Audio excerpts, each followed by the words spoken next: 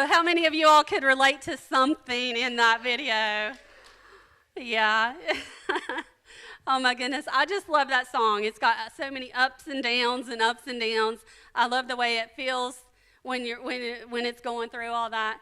And I just want to point out that whatever season you're in, there's going to be ups and downs. But there's always the ups to look forward to that are coming right around the corner again if you're in the down spout right now. At the very end, I hate it when I feel like that lady that's dropping off her kids, running off the porch, and then falls and rolls down the hill.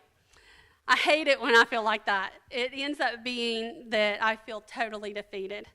I've been there, totally done that. When Josiah was little, I met Mike in the driveway one afternoon. I'm sorry, it was after he got off work. He's coming in. I'd already texted him to be ready when he got home because it was his turn. I was late. So I meet him in the driveway. Before he gets his door open, I'm already handing the boy to him. I'm running to my car, getting in it, backing up and going, leaving because I am done that day. I was totally done that day. So I hate the fact that I was done that day, but I was done. And I just needed to get away. I'm pretty sure most moms have experienced that at some point or another in their mothering. And so, but at that point, I was in total survival mode. I had been in survival mode for a while that day already. But often, we end up not being proactive or offensive. And that's the mode that we need to try to be in. And offensive is when you plan to win. You've got a plan, you've got a game plan, and that's what you're going to do to win.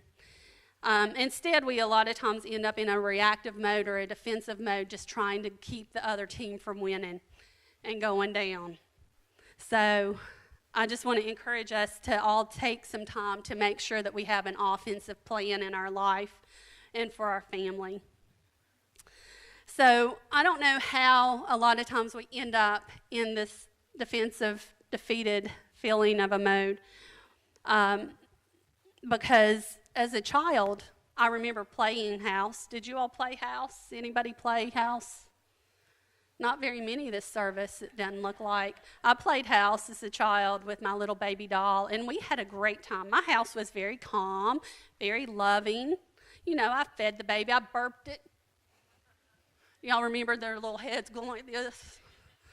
These little plastic baby dolls, their heads don't pop off so easy, or at least mine didn't. But there was no, it seemed like it was going to be easy, right? So I could give you a lot of reasons once entering into motherhood and being in that position for a while. I could give you a lot of reasons as to why a lot of times we end up in a defensive mode. But ultimately, the bottom line of all of it is because we lose sight of the fact that we're supposed to reflect God's love into our families. Just like a prism, prisms receive light and then reflect light out. And that's simply what we're supposed to do, is reflect God's love. So it was 25 years in December when Micah proposed, and as a present to him, I made this, being totally unaware that 25 years later I'd be on stage and he would still have this and I would remember it. All those things are amazing in my brain right now. That just like this, it's a prism, but then also it's got a little heart prism inside. That's what we're to do, is to allow God's light and love to shine into us and then create rainbows all around us. That's what we dreamed of as a kid, right? It was all rainbows and pretty. So that's our goal, but it's not always exactly what happens, right? So how we actually do that, well, there's endless ways that God loves us. And so in turn, there's endless ways that we can show God's love to others. And so for those of you all who know me well, I will go ahead and give you a relief in the fact that we won't be here till next year. I've only got 3 that I'm going to share today. So I'm saying mothers, it's 3 ways for mothers to reflect God's love in our families. I'm saying mothers, but it can apply to anybody. And actually, I think it should apply to anybody, whoever we are, mothers, fathers, brothers, sisters, aunts, whoever, uncles, whatever, wherever you are in your life, there's somebody that you can reflect God's love to. So Mother Teresa said that the problem in our world is that we draw a circle of family too small. And so for some of you all that feel like, well, you know, I'm not a mom, this really doesn't apply to me, I want to encourage you to broaden your circle. Make your circle of family a little bit bigger and realize that that's your sphere of influence and that people that are around you need your love and need to see God's love. So no matter who you are, there's somebody that God's called you to reflect his love to. So 3 ways for mothers to reflect God's love to your family. Number 1 is slow it up. A lot of times in our society today, we are in fast forward mode, it feels like. We're like, okay, I just need to get a grip on what's happening. Okay, we're going to do this, and this today. We need to realize that we can't do everything that we've always done, especially in the time that we've always done it. As you're trying to take care of children and drag them along with you, you've got to slow down a little bit. You've got to have time for you to breathe and them to breathe. So I want to encourage you to reevaluate time spent and the priorities of each season of your life, each season of your family's life, each season of your child's life. Now, when I say that, don't just think about the 4 seasons in the year, because as an infant, you all know that there might be just 2 days that they get to wear those newborn clothes, and they're gone out of them. We're on to another size, another season. And so it happens really quick as they're young, and then it can happen just as quick as they're older to realize, oh my goodness, they're going to be moving out soon. What did I not do that I should have done? So just make sure that you're taking time. Your kids can't do everything as well. I know we want them to. We want them to have all the opportunities that are available these days. And I get that, I've been there. But we need to make sure that we're prioritizing the opportunities that they're taking and allowing our children to have time to learn and grow at their speed.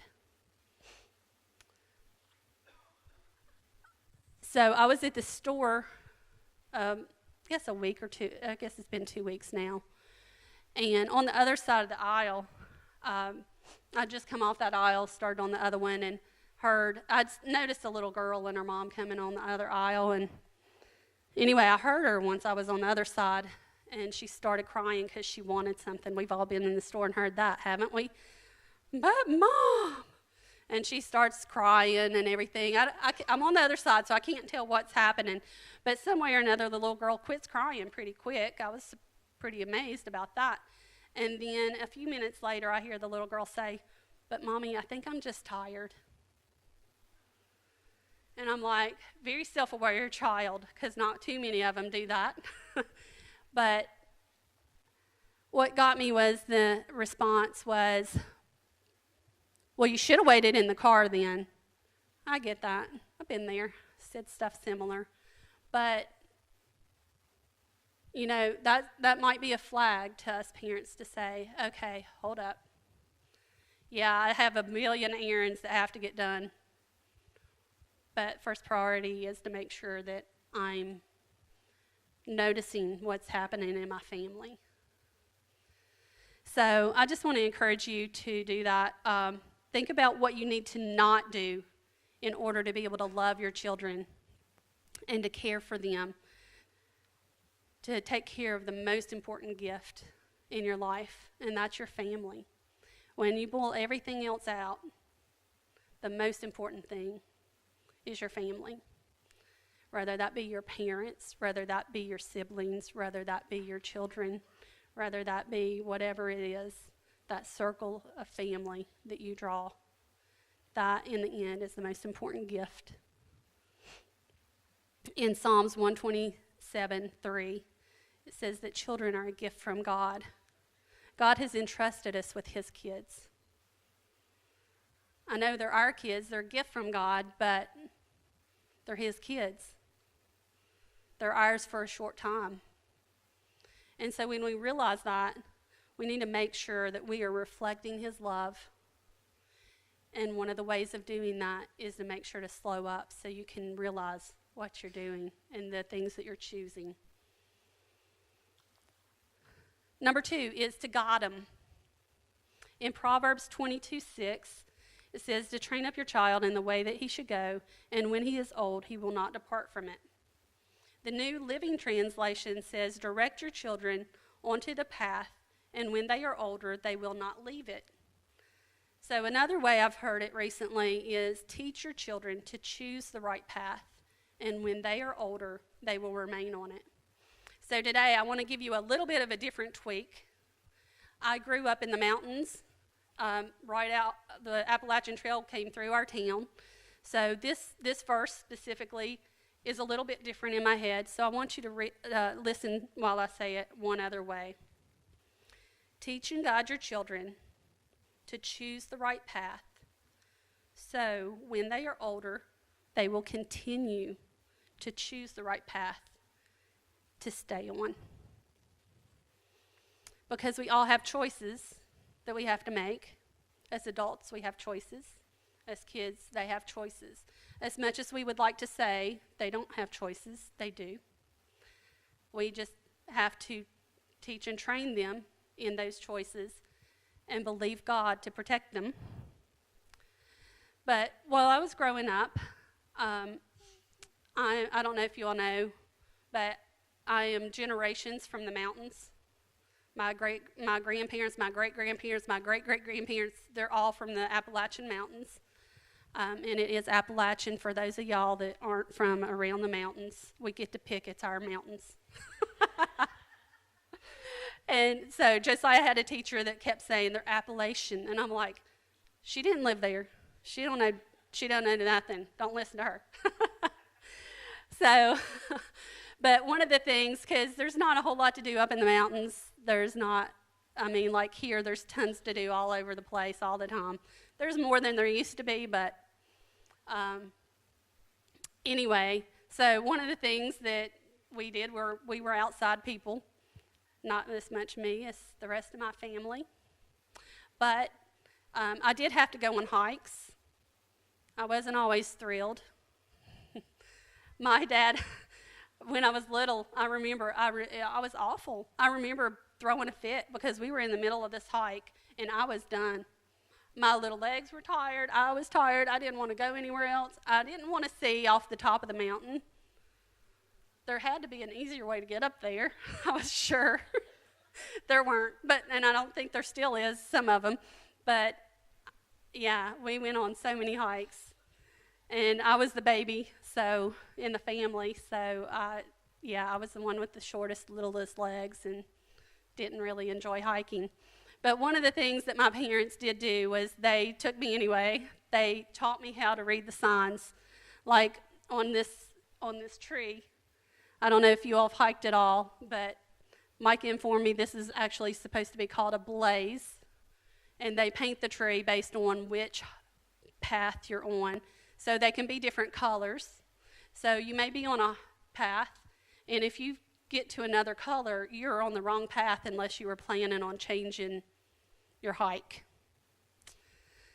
So with all that said, hiking means different things to different people. For me, it means, well, I hated it, but it did mean that I had to learn a lot of things. We had to hike. We never hike alone.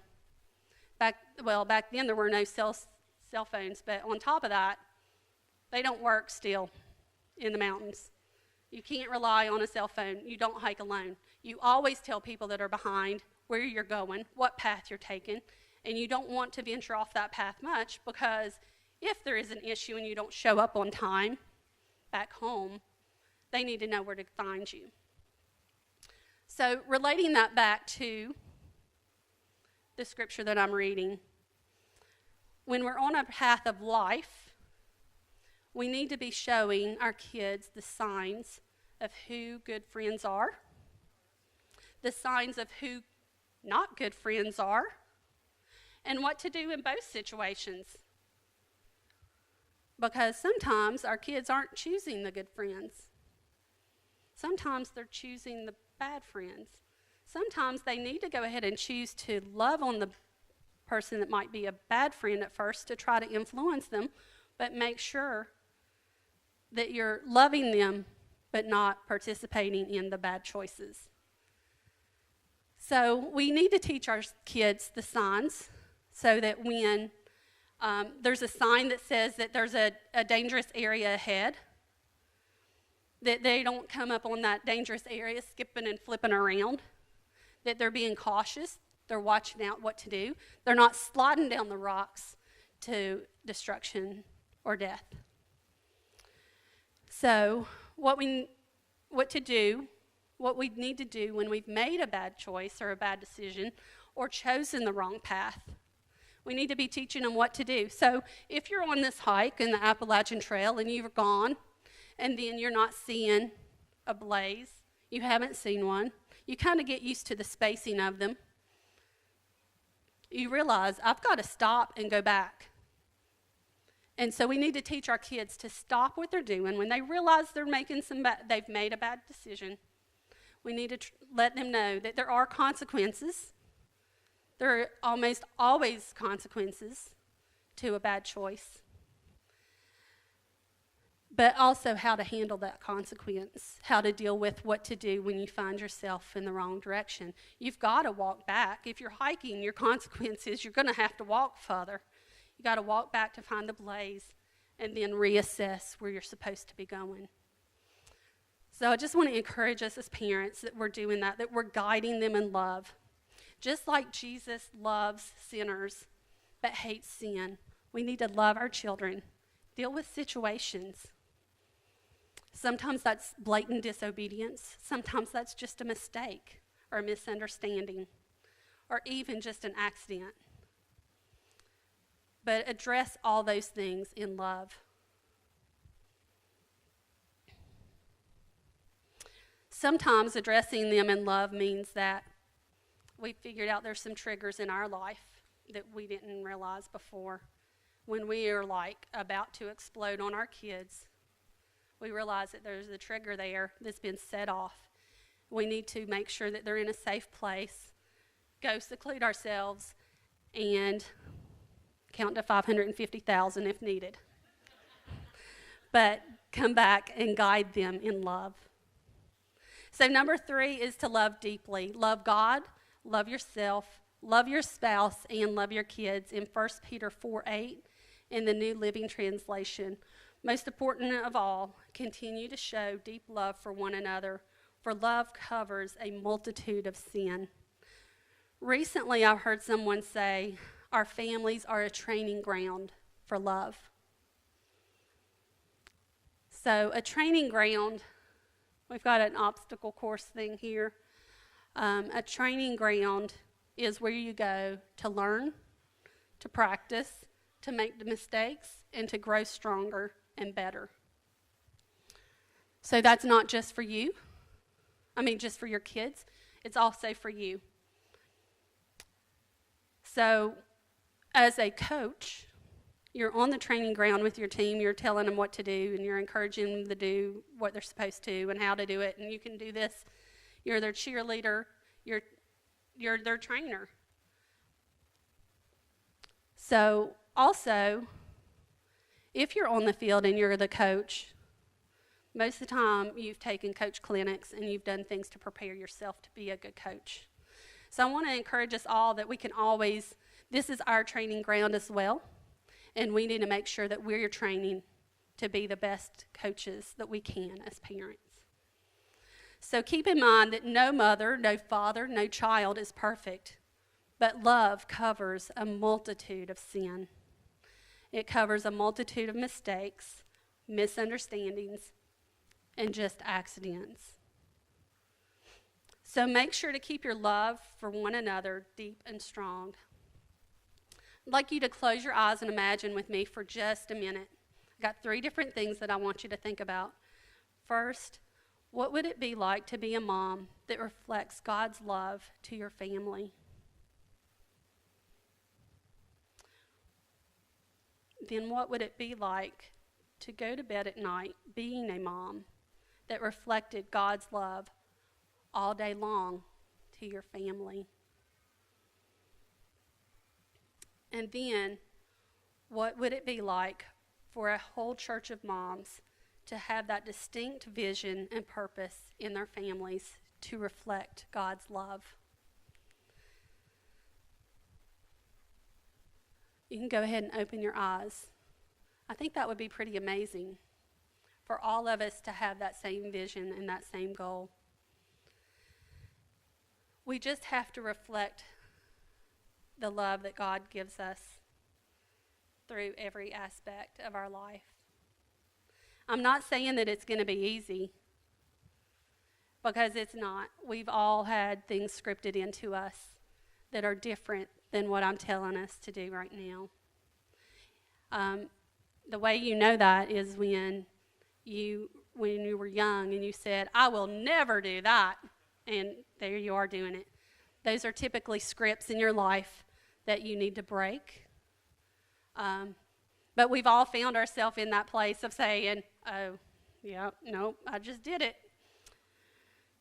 So I just want to encourage you to look at yourselves and realize what you might need to work on.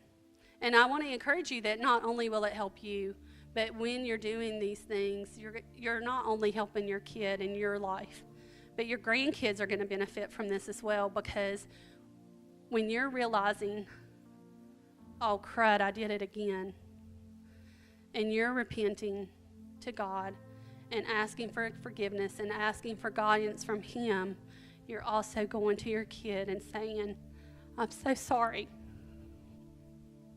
You don't deserve this.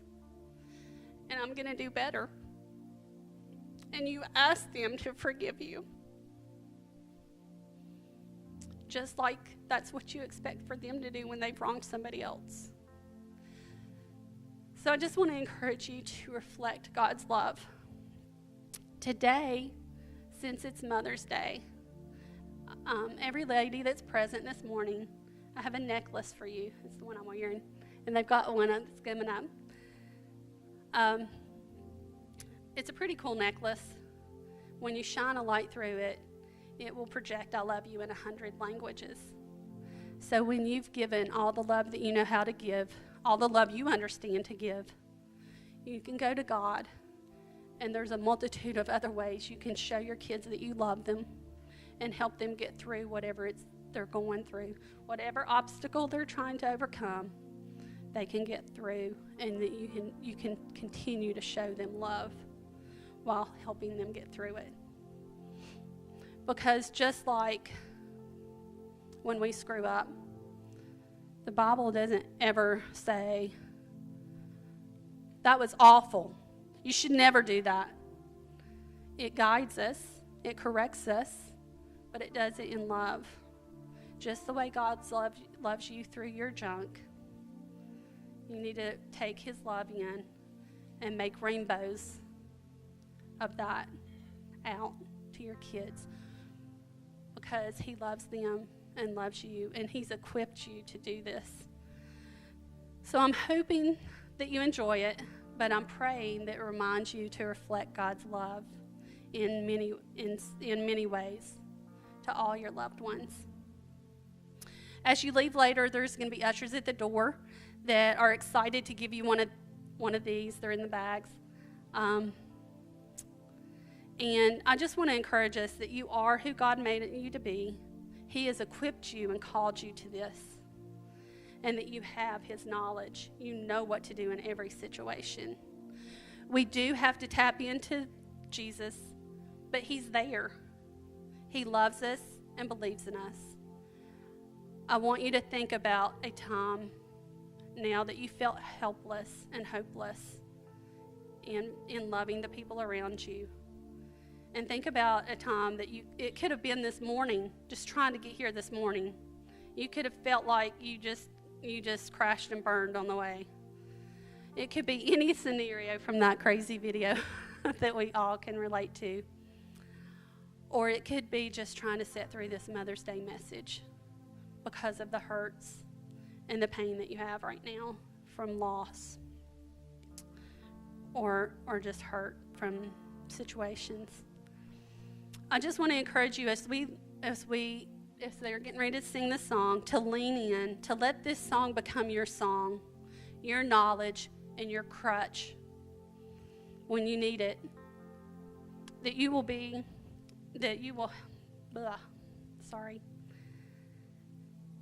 This song will help you when you feel like you're the one that's running off the porch, falling over and rolling down that hill. When you're feeling totally defeated, this is the song that God has for you. He is going to show you how much he loves you, how much he cares, and how much he has you. Happy Mother's Day, sweethearts. You're very, very loved.